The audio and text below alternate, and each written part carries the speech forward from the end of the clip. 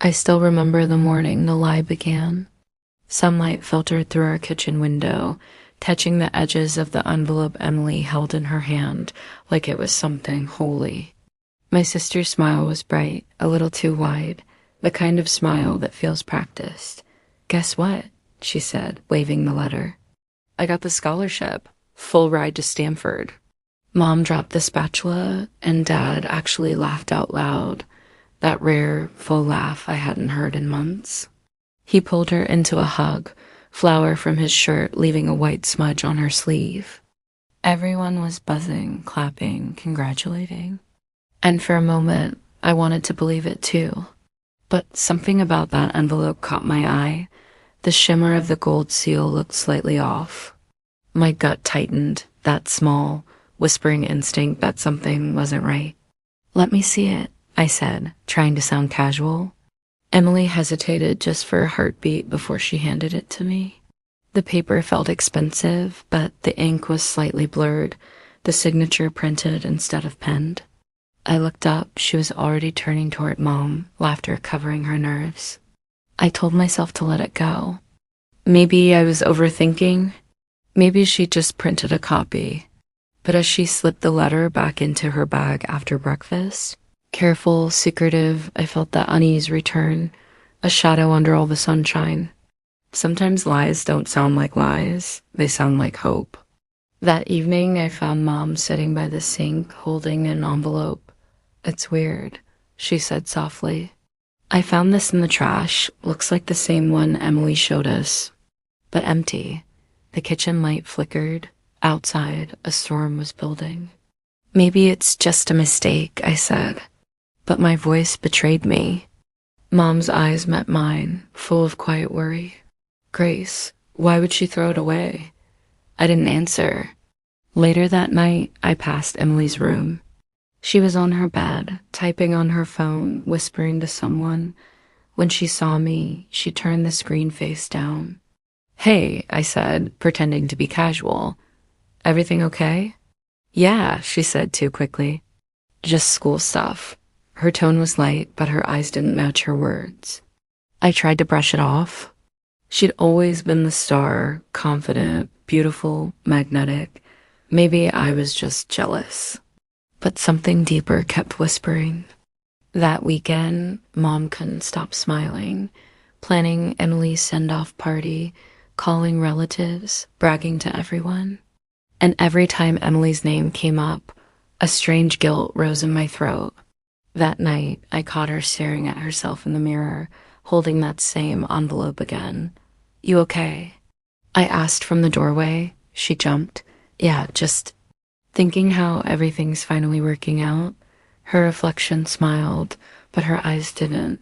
Monday morning, as I was cleaning the dining table, I saw a crumpled piece of paper under her chair, the corner of that same golden seal.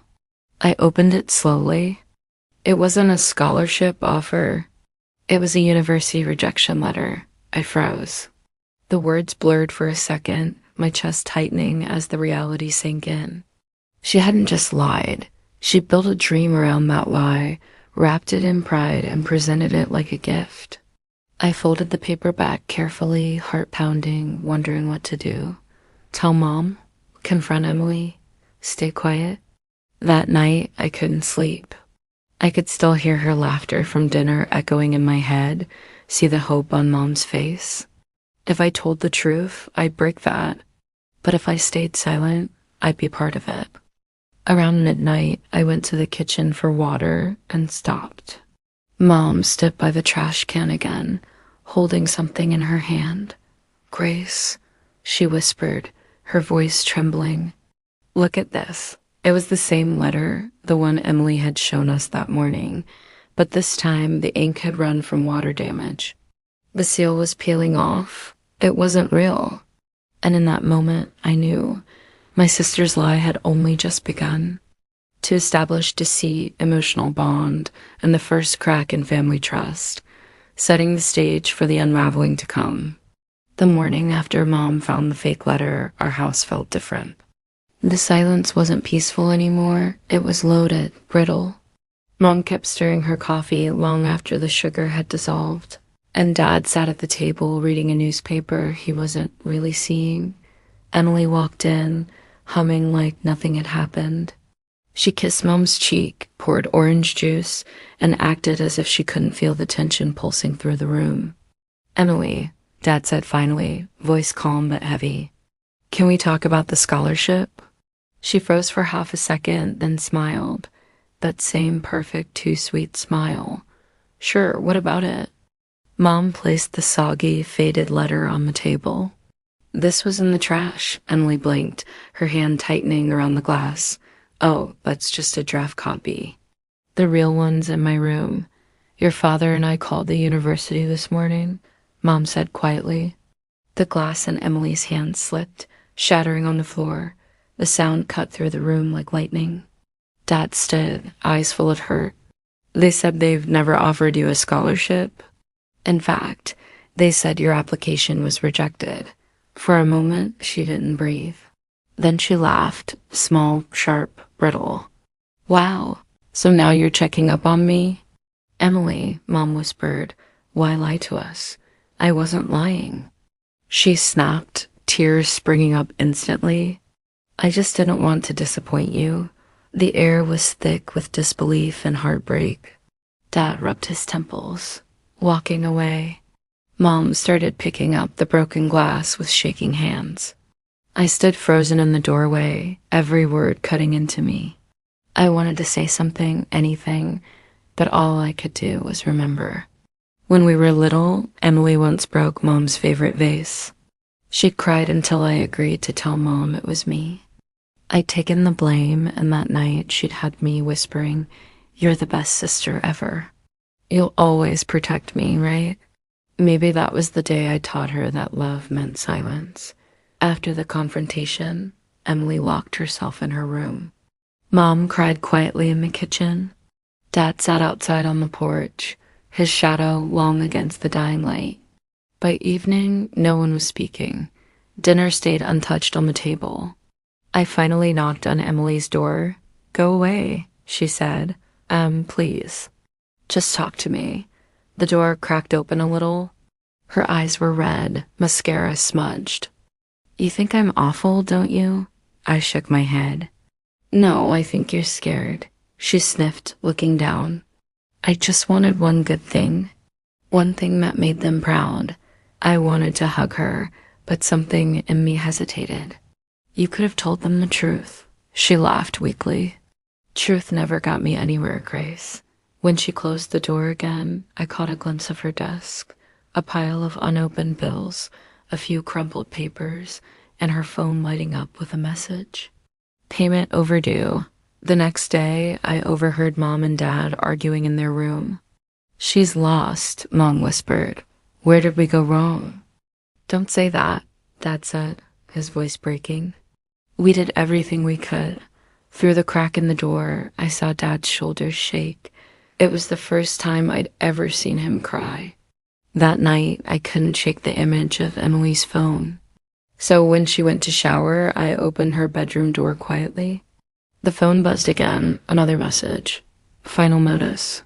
Transfer immediately or consequences." My heart sank. I scrolled up. The number wasn't saved, just digits. And at the top of the thread, one message glowed under the dark light. "You promised you'd pay." "Don't make me show them." A chill ran through me. Outside her door, Mom's voice called softly, "Grace, everything okay?" "Yeah," I said quickly, locking the phone again. But inside, I wasn't sure of anything anymore. As I turned off the hallway light, I caught a reflection in the mirror. Emily's reflection, watching me from the shadows of her room. And for the first time, I saw it clearly. The sister I thought I knew was slipping away.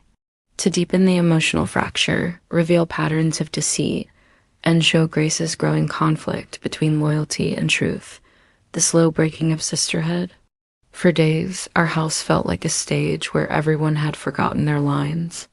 Mom cooked, Dad pretended to read, and Emily floated between rooms like a ghost wrapped in pride. But the unease wouldn't fade. Every night I heard the faint sound of her door unlocking around midnight. Then the soft creak of floorboards as she whispered into her phone. Always the same time. Always the same tone, sharp, hushed, scared. One night, I couldn't take it anymore. I got out of bed, bare feet on the cold floor, and followed the sound to the end of the hall. The light from under her door flickered like a secret trying to escape. I said, I'll get it soon, Emily whispered. Just give me time. Silence. Then her voice again, breaking. Please don't come here. My pulse raced. When her light finally went out, I retreated to my room and sat on my bed, hugging my knees. That voice, the fear in it, it wasn't the confident sister I knew. It was someone trapped. The next morning, Emily was back to her mask. Lip gloss, bright smile, coffee mug in hand. But her hands trembled. I caught it when she tried to tuck her hair behind her ear. You okay? I asked. Perfect, she said too quickly. Why wouldn't I be? Because your eyes are swollen. Because you're lying again. But I just smiled back. Just checking. That afternoon, when Mom went grocery shopping and Dad left for work, I couldn't help myself. I went into Emily's room again. The air smelled like her perfume, lavender and cigarette smoke. Her phone sat charging on the desk. My conscience screamed don't, but my fear whispered you have to. I unlocked it, same 4-digit code she'd always used. Her birthday. A string of messages appeared from the same unknown number. Deadline tomorrow. You think you can disappear again? Don't make me show them what you did. What she did? My stomach turned. I scrolled further, bank receipts, transfers, digital payment confirmations, everyone to a different name. Some labeled tuition, others repayment. One note simply said, forgive me. Truth isn't a weapon, I thought. It's a mirror, and I was terrified to look. Suddenly, the phone buzzed in my hand, an incoming call from that same number. I froze, then hung up quickly, heart hammering. When I looked up, Emily was standing at the doorway. What are you doing? Her voice was sharp, too sharp. I was just looking for something. Her eyes were wide, pupils dark. For a second, I thought she'd scream, but instead, she smiled, slow and cold. Curious little sister. You never change. She snatched the phone from my hand and left without another word. That night, I couldn't sleep. Every sound, the ticking clock, the wind against the window, made me flinch. Around 12:30 a.m., I saw her silhouette slip past my door again. I waited a minute, then followed. Outside, the night air was heavy. The sky glowed faintly orange from the city lights. I crouched by the porch as Emily walked down the street, phone pressed to her ear. A man was waiting under the corner lamppost, tall, dark jacket, face shadowed. I couldn't hear every word, but one line cut through. I'll get the money, I swear. He said something, low, threatening. She flinched. Then he handed her a small envelope. My hands trembled so badly, I nearly dropped my phone. When she turned back, her face looked pale and hollow, like someone already halfway gone. She didn't see me. She walked back home, clutching the envelope to her chest. Back inside, I hid in my room and stared at the ceiling. The truth was no longer whispering, it was screaming. The sister I loved was living a life built on borrowed lies, and I had no idea how far she'd go to protect them. Raise stakes, blur moral boundaries, and reveal graceless descent into the tension between fear and truth, tightening the web of deceit around both sisters. It happened on a Sunday, the day everything came crashing down. The morning started too calm, too quiet. Mom was setting the table for lunch, humming softly while Dad sifted through the mail. Then his hand stopped mid-motion. Emily, he said, his voice suddenly sharp. What's this? I looked up just in time to see him holding a white envelope, a bank notice. Emily froze in the hallway, towel still in her hands, her hair dripping from a shower she hadn't finished. I told you not to open my mail, she said, her tone brittle. Dad ignored her. This says your account is in overdraft. Thousands of dollars. What are you hiding? Mom's hands trembled as she set down the plates. Emily? I'll handle it, Emily snapped. It's not your problem. It is our problem. Dad's voice thundered through the room. You've been lying to us for months? That scholarship, the job, the what else, Emily? I could feel my heart beating in my throat. I wanted to disappear, but I couldn't move. Emily's eyes darted toward me, just for a second. That's when I knew she thought I'd told them. You went through my things, she hissed. Emily, please, Mom whispered. We can help you. I don't need help. She shouted. I just need you all to stop judging me. Something inside her broke then. I could see it in the way her shoulders trembled. Her breath came fast and uneven. Dad stepped forward. You forged a scholarship letter? You've been borrowing money? Who are you even paying? Her lips trembled, not with guilt, but fury. You think you're so perfect, all of you. Grace is the golden child, and I'm the disappointment. Fine, I'll be that. The glass she'd been holding shattered as she slammed it onto the counter. The sound echoed like a gunshot. Mom gasped. Emily, but she was already turning, tears streaming down her face. I hate this house, she whispered. I hate what it turns me into. And then she looked at me, eyes filled with something that wasn't anger, not entirely. Maybe it was hurt. Maybe it was fear. Did you tell them? The words burned in the air between us. I opened my mouth, but nothing came out. Her expression hardened. Of course you did. She grabbed her coat from the hook, slammed the door, and was gone before anyone could stop her. The silence that followed was unbearable. Mom sank into a chair, face pale as paper. Dad stood frozen, jaw tight, letter still crumpled in his hand. I wanted to tell them everything about the messages, the man under the lamppost, the envelope, but I couldn't, not yet. It wasn't the right time, or maybe I was just scared. That night, the rain started, heavy and relentless. I sat by the window, watching it blur the world outside. The house felt emptier than ever, even with all three of us still breathing inside it. Mom whispered, she'll come back. Dad didn't answer. And I sat there with guilt gnawing through my chest, because I'd been searching for truth, but only found destruction. I remembered something Emily said once years ago when we were kids sneaking cookies before dinner. If they find out, you take the blame, okay? You're better at lying than I am. Back then, it was a joke. Now, it felt like prophecy. Because in trying to protect her, I'd become part of her lie. And now she was gone, out in the storm, alone, broken and furious. I just didn't know that she wasn't running away from us anymore. She was running from something far worse. Emotional rupture and story midpoint. The illusion of family perfection shatters as Emily's lies explode into open conflict, pushing Grace toward guilt and truth. The house didn't feel like home anymore. It was too quiet, like the walls themselves were holding their breath. Emily's room stayed untouched for days, her bed neatly made, her closet half empty, one drawer still open as if she'd left in the middle of a thought. Mom stopped cooking. Dad buried himself in work, pretending that silence was strength. I tried to do the same, but every creak of the floorboards, every ring of the phone made my heart race. No one said her name. It hung in the air, heavy and unspoken.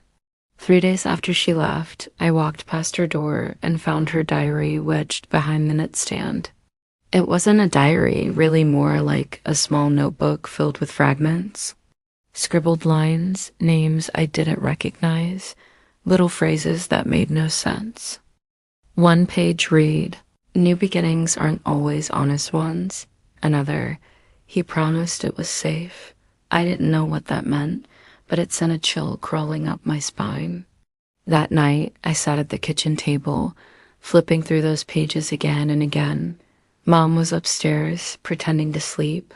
Dad hadn't come home. I was alone with the sound of the refrigerator humming and my thoughts whispering louder than ever. She'd always been like that, running from blame, from pain, from the truth. But this time, something felt different. This wasn't rebellion. This was fear.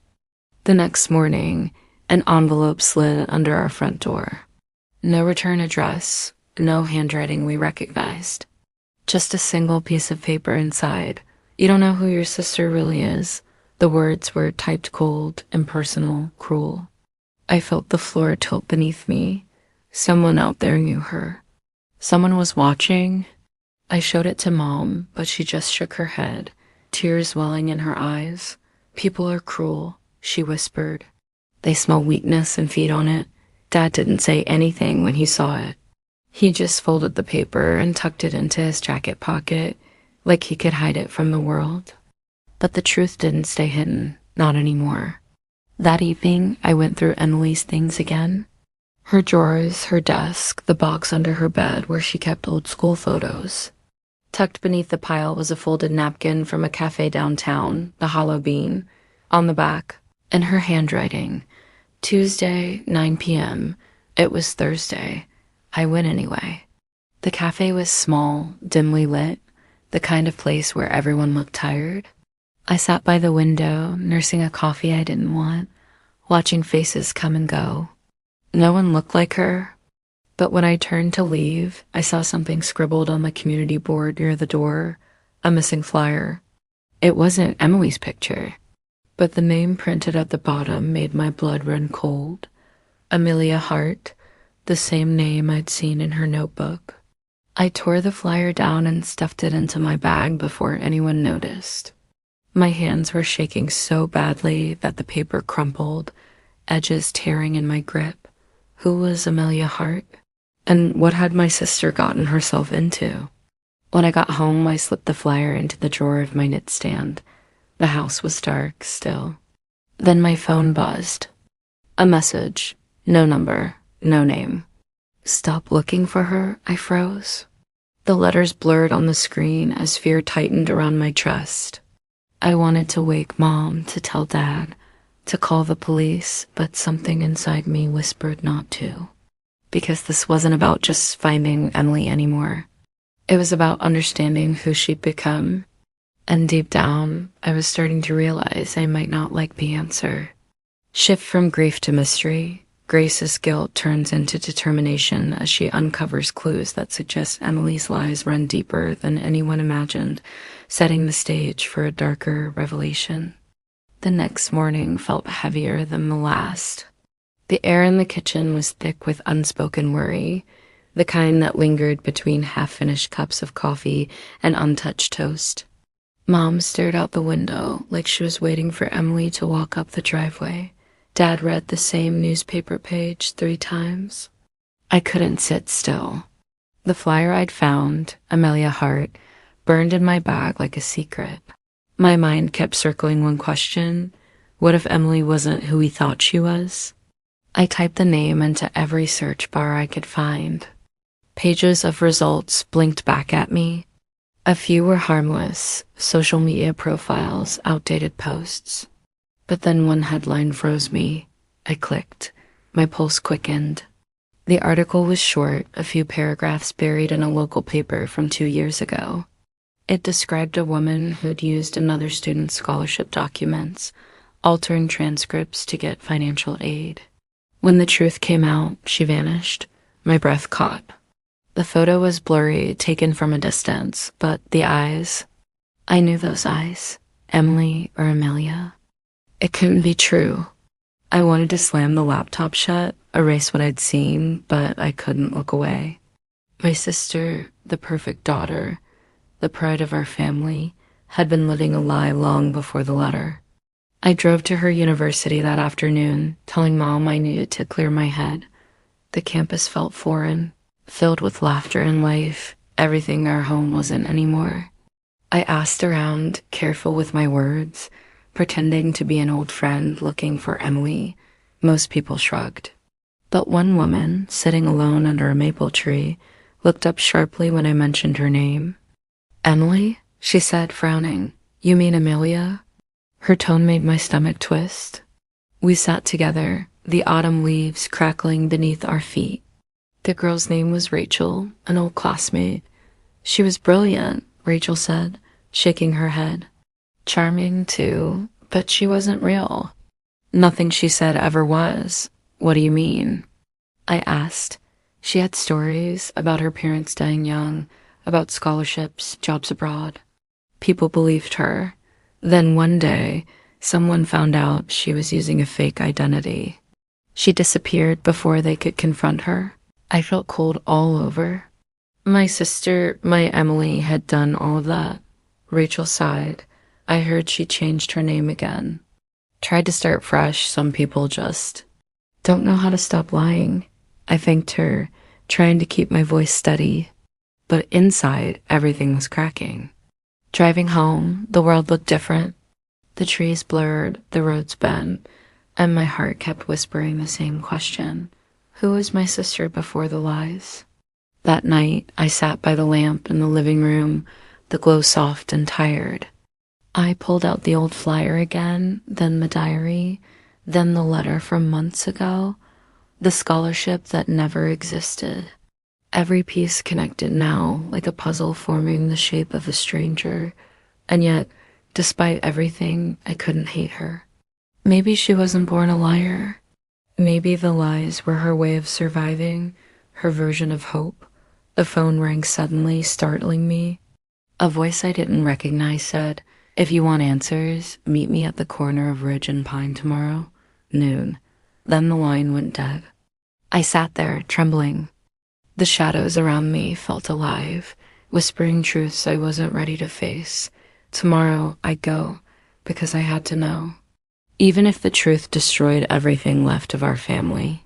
Grace uncovers Emily's secret life and learns of her expulsion under a false name. The emotional focus deepens from betrayal to understanding as Grace prepares to confront the truth about who her sister has truly become. The address from the phone call led me to a small cafe on the edge of town. Rain had just stopped, leaving puddles that reflected the neon sign flickering above the door. My hand shook as I pushed it open. The bell above the entrance jingled softly, and for a second I thought about walking away. Then I saw her. Emily, or whatever name she was using now, sat in a corner booth. Her hair was shorter, her clothes simpler, but the same guarded eyes met mine. They widened in shock before settling into calm, practiced composure. "Grace," she said softly, as if we were meeting after years apart, as if none of this chaos existed between us. I slid into the seat across from her. "You changed your number. You disappeared. Again." She stirred her coffee slowly. "I had to. Things got complicated." "That's an understatement," I said. "You lied to Mom, to Dad, to me." Her jaw tightened, but her tone stayed even. "You wouldn't understand. You've always had everything, their trust, their approval. I had to create my own chances. That's not what this is," I snapped. "You forged letters, took money that wasn't yours, ruined everything." She cut me off, her voice suddenly sharp. "Do you think I wanted to live like this? Do you think lying felt good? You all expected me to be perfect. I just pretended until I almost believed it." Her words hit harder than I expected. For a moment, she wasn't a liar, just my little sister again, lost and scared. Then she leaned forward, eyes glistening. "Grace, there's something else. I'm pregnant." The world tilted. My throat went dry. "What?" She nodded slowly. I didn't know how to tell anyone. I thought, maybe if I started over, I could fix things. Be someone new. I stared at her, at the faint tremble in her hands, the desperation hiding beneath her calm. I wanted to believe her. God, I wanted to. But something felt wrong. She slid an ultrasound photo across the table. My breath caught a tiny blur on black and white. But when I looked closer, the name printed on top wasn't hers. "Patient, Anna Moore." "Who's Anna?" I asked quietly. Her eyes darted away. "It doesn't matter." "Yes, it does." She looked up, anger flashing behind her tears. "You think you know everything, Grace, but you don't. You never did." Before I could speak, she grabbed her purse and stood. "You'll regret the truth," she said, her voice trembling, and walked out into the rain. I sat there frozen, the ultrasound photo still in my hand. Outside, headlights glowed on wet pavement, the sound of engines mixing with the heartbeat in my ears. For the first time, I realized the truth might be bigger, darker than I ever imagined. I pressed the photo flat on the table, whispering to myself, "Who are you really, Emily?" The rain began again, heavier this time. The bell above the cafe door jingled faintly as I stepped outside, but she was gone, swallowed by the storm. Grace finally confronts Emily face to face, leading to emotional confession and manipulation. The shocking pregnancy reveal and the fake ultrasound photo deepen the mystery and moral tension, ending with Grace questioning everything she thought she knew about her sister. Weeks passed in uneasy quiet, the kind that fills the air after a storm, when everything looks calm on the surface but nothing underneath has healed. Emily returned one Sunday morning, no warning, no message. She simply appeared at the front door with a small suitcase and that same tired smile that used to fool us all. Mom cried as she hugged her. Dad said nothing, but his trembling hands betrayed relief. I stood back, arms crossed, watching. She looked thinner, paler. Her hair fell loosely around her shoulders, her voice softer. "I've made mistakes," she said, eyes down. "But I want to make things right." The house felt alive again, for them at least. Dinner smelled like forgiveness. Laughter tried to creep back in, but I couldn't shake the shadow clinging to the walls. Later that night, I walked past her old room and stopped. The door was cracked open, light spilling out from inside. She sat at the desk, staring at her reflection in the mirror, that same mirror from our childhood. For a moment, she smiled faintly, then her face fell, almost as if she didn't recognize the person staring back. I stepped away quietly, heart aching. Over the next few days, she acted different, polite, careful, as if mimicking peace. She helped with chores, stayed close to Mom, and even mopped with Dad. But I saw it, the restless glance toward her phone, the midnight pacing in the hallway. I told myself I'd give her a chance, that maybe she really was trying. Then, one night, I woke to the sound of faint footsteps. The clock read 1:43 a.m. The house was silent except for that subtle creak of floorboards. I slipped out of bed and followed the sound. It led me downstairs, past the living room, down the corridor, to Dad's office. The door was slightly ajar. Inside, Emily's silhouette moved in the dim lamplight. She stood by the desk, opening drawers quietly, papers shuffling in her hands. My breath caught. "Emily," I said softly. She froze. Then slowly she turned, her expression calm, too calm. "You scared me. What are you doing?" "Just looking for an old photo, liar." My voice cracked, her eyes hardened. "You don't trust me." "You never did, because you've never given me a reason to." Her lips trembled, but her tone stayed steady. "I'm not stealing. I swear." I took a small step forward. "Then what's in your hand?" She hesitated, then shoved something into her pocket. "You wouldn't understand." I exhaled, shaking my head. "You're right. I don't understand why lying feels easier to you than breathing." Tears welled in her eyes, but she said nothing. I lifted my phone, recording. The truth had to come out, even if it broke us again. She saw the screen, her face shifting from guilt to fury. "You're recording me?" "Yes, because next time, they deserve proof." The silence between us was electric, sharp, cutting. Then she turned and walked past me, brushing my shoulder. "You've always wanted to destroy me," she whispered, voice trembling. "No," I said quietly. "I just want to stop you before you destroy yourself." The sound of her footsteps faded up the stairs. I stood in the empty office, the lamplight trembling slightly as if it, too, knew what had just happened. I looked down at the papers she'd dropped, Dad's financial records, and beside them, a key. Whatever she was planning, this time I wouldn't let her finish it. Grace witnesses Emily's return in deceptive calm, only to catch her stealing again. The scene symbolizes the cost of repeated lies, emotional exhaustion, fractured love, and the final unraveling of trust. The recording becomes the setup for justice and the next chapter's confrontation. The next morning felt like standing on the edge of something irreversible, the kind of silence that means the world's about to tilt. Mom made pancakes, Emily's favorite, as if sugar and syrup could rebuild what was broken. Dad sat at the table reading the paper, pretending not to notice Emily's swollen eyes or the tension stitched into every breath. I sat opposite her, phone hidden in my pocket, heart hammering. I didn't want to destroy her. I wanted her to stop. When Dad asked if anyone had seen his office keys, Emily froze. It was subtle, a blink too long, a shallow inhale. I noticed, so did Mom. Dad's gaze lifted slowly. Emily? Her voice trembled. Why would I have them? I reached into my pocket, pulled out the small silver key, and placed it on the table. Her eyes widened, not in guilt, but in betrayal. You went through my things? No, I said quietly. You dropped it. Mom's hand trembled as she set down her fork. What's happening? Emily looked from me to Dad, her voice cracking. She's lying. It felt cruel, standing there with truth like a weapon. But lies had turned our home into a graveyard, and I was done digging. I opened my phone. The video waited on the screen, ready. Please don't, Emily whispered.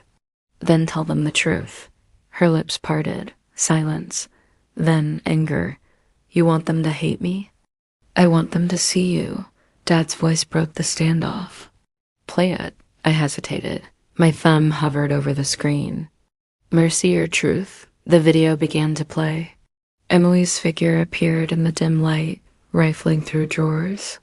Her voice, shaky but clear, said, You wouldn't understand. Mom gasped softly. Dad's face turned pale. When the video ended, Emily looked small, like a shadow of herself. Tears streamed down her cheeks. You think I wanted this? I was trying to help. By stealing from us? Dad's voice was quiet but sharp. I owed people money, she said, trembling. I thought if I could fix it before you knew, you'd still be proud of me. Mom covered her mouth, sobbing. I wanted to look away, but I couldn't. This was the moment I dreaded. Truth laid bare, ugly and raw. Emily sank to the floor, whispering, I'm sorry. Dad knelt beside her, his voice breaking. You're my daughter, but trust. Trust is something you burned. Mom whispered, we can forgive lies once. Not when they become your language. The room was heavy with the sound of quiet crying and a truth no one could unhear. I turned off the video and slipped the phone into my pocket. For the first time, Emily didn't argue. She just sat there, head bowed, the fight gone from her. When the police arrived, it wasn't my call, but Dad's. She didn't resist. She stood, silent, hands trembling as they led her away. Through the window, I watched the car pull out of the driveway. The morning light spilled across the kitchen table, touching the empty plate where she used to sit. I thought truth would bring peace. Instead, it brought quiet. A deep, aching quiet that pressed against my chest until I could barely breathe. Mom touched my arm. You did what we couldn't. I nodded, but tears burned behind my eyes. I didn't feel like a hero. I felt like someone who just torn out a piece of her own heart to stop it from rotting. The house was safe again. But it didn't feel like home. The truth is exposed through Grace's recording, shattering what little trust remained. The emotional climax, justice collides with heartbreak. The moral tension of mercy versus truth resolves with irreversible consequence, leading to the quiet aftermath explored in the final chapter. Weeks passed and the silence became softer. Not gone, just quieter, like a wound learning how to scar. Every morning, the sunlight slipped through the same kitchen window where it all began. The same table, the same chairs, the same scent of coffee and toast. Yet everything felt different. Maybe peace doesn't come with forgetting. Maybe it comes with accepting what you can't fix. Dad started walking in the evenings again. Mom spent more time in the garden. I began journaling, writing down memories like confessions I never got to say aloud. The letter, that old, shimmering piece of paper that started it all, sat framed on my desk now. Not as proof of her deceit, but as a reminder of how fragile pride can be. The ink had faded a little, but in the right light, it still looked golden. Sometimes I'd trace the edges with my fingers and whisper, "You were more than your lies, Emily. I just wish you'd believe that." One morning, a small envelope arrived. No return address. Inside was a photo, Emily standing by a bus stop, smiling faintly, holding a coffee cup. On the back, she'd written, "Still trying to make it right. I didn't show Mom or Dad. I just tucked it behind the framed letter, letting the two lies, one forged, one redeemed, rest side by side." At dinner that night, the air felt lighter. Mom set down her fork and said softly, "You did what we couldn't, Grace. You told the truth." I swallowed the lump in my throat. I wish it hadn't hurt so much. Dad gave a sad smile. Real truth always does. I looked out the window. The sun was setting, gold bleeding into violet. I thought of Emily somewhere out there, maybe watching the same sky, maybe free, maybe lost, maybe both. Sometimes love isn't about holding someone close. It is about letting them walk through the fire, even if they don't, to come back the same. Later that night, I opened my journal and wrote, "Sometimes love isn't protecting someone. It's letting the truth save what's left." The words felt final. Not an ending, but a quiet beginning. I turned off the lamp and sat in the glow of twilight. For the first time in months, I didn't feel haunted by her absence. Only grateful for what was real and what had survived. Mom's laughter drifted from the living room. Dad hummed a tune from the old days.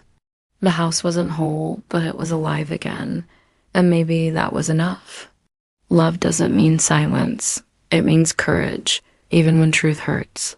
Grace's journey shows that silence in the face of deceit isn't loyalty. It's surrender. True love demands honesty, even when it risks everything.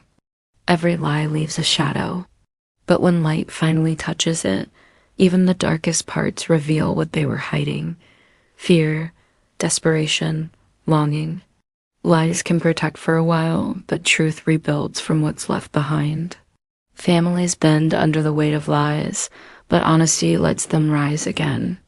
Grace learns that forgiveness is since forgetting. It is seeing someone as flaws and choosing peace anyway. You can protect someone from the truth, but you can love them through it. And in that quiet acceptance, the Millers found something closer to Grace. Not perfection, but peace.